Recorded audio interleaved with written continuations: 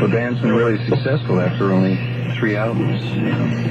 Really successful. I think in the last 6 months to a year, you've caught on hotter than most other bands in the country at this point. We feel we've been very lucky. Really? Very. Just a matter of luck. Blessed. Dream come true. On stage, is your show really simple? Is there any flash to it at all? Or do you get up and play the music? None whatsoever. No flash, no nothing. We just simply try to play tight. Mm-hmm. And we feel that's where it's at. Yeah, so how do you like playing in Miami? This is the second time, right? Mm-hmm. We played At the stadium last time, didn't we? Orange Bowl. Orange Bowl. Sportatorium? Last time was in Orange Bowl, yeah. We're going to play with the Duke Band, Leon. What? No, With the Eagles and the Orange Bowl Eagles. The band and, Sportatorium. And right before that, in Hollywood, was with Digby Brothers. Yeah. Which is right outside of Miami. You're going to play at the stadium this time. You never played at Miami Marine? No, never have. Very excited about this. Mm. We've been told we don't know yet that we have to get there by boat. Mm-hmm. Yeah, it's very exciting. Yeah, you got to take a boat out. We're gonna go fishing on the way. We're gonna fetch a fishing pole and throw it out there and see if we can catch fish on the way out. You know? When you do it, when you play, when they have concerts there, they sell passes to boats, and you see about 200 of them out in the water listening to your music. I think that's beautiful. It's pretty thrilling, yeah.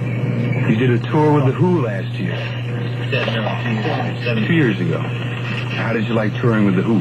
We'd never play a major concert in our life until we got hooked up with The Who, and then the first major concert we played was with The Who at the Cow Palace in San Francisco. And it scared us to death. And I think they taught us a lot. After we played with The Who on that big tour, we've never had what you'd call real stage fright again, any crowd.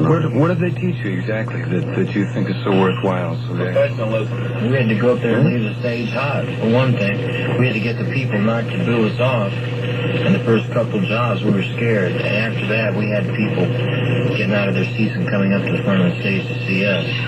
Which I wouldn't have seen a few years ago, and any other act that would open up for them would get booed off. And we were determined to really hold our own. It's pretty hard to go up there when they're all sitting there waiting for The Who. You didn't get booed off this time, huh? No. That's a big turning point. We became very close friends. After the show, we were being in the dressing room with them, and you just can't say enough about those people. They're just not only geniuses, but forget the music. Peter Townsend and all the people are just beautiful. I mean, they respect younger musicians and try to help them in any way they can. Mm-hmm. There's no barriers or walls between you. Right. None whatsoever. Were they the ones that wanted you guys to tour with them? Is that how that? Originally, they didn't want to have a band tour with them at all. A front band? And they had a choice of bands tour with them because they just wanted to do the show themselves because the same record labels. There was a lot of things pulled. We finally got on the tour, and the third night, I think, in Los Angeles, we played Peter Townsend. We weren't about to go near them. Pete Townsend walked in our dressing room and said we were the best band he'd ever played with. From then on, they took care of us. They made sure that we weren't treated like a bunch of dogs. They called us rednecks.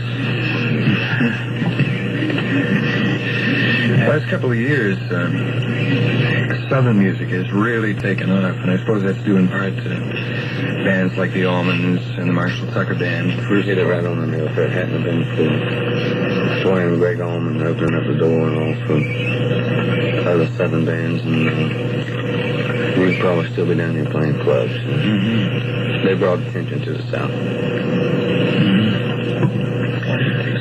Why did it take so long for that to happen? There's obviously been a lot of talent in the South for a long time. Well, people from the South are always making it. And for a long time. Oh, yeah, you got your fads like you had the California group, they had their thing, and died out a little bit in New York, had their thing. Seemed like the South comes last. Does it ever happen that you get on stage and collectively can't get any energy up at all and just, there's nothing there? Yeah, for sure. Does it show? Do you feel like the audience picks up on that? Oh, yes, it does. I'll tell you something, if the audience is up for it, we've gone on stage one time where Gary would be sick, I would be tired, we'd get up on stage there and the people are ready for it, we play one of the best shows you ever played, you know. And you're back again. It really does, because it's psychological. How you really feel. Sometimes you can feel that you're going to have a great gig, and sometimes you can feel you're done. On the other hand, you don't really know what to expect. Right, I was just talking to the girl. I think we're going to have a good one tonight. We all feel good. Yes.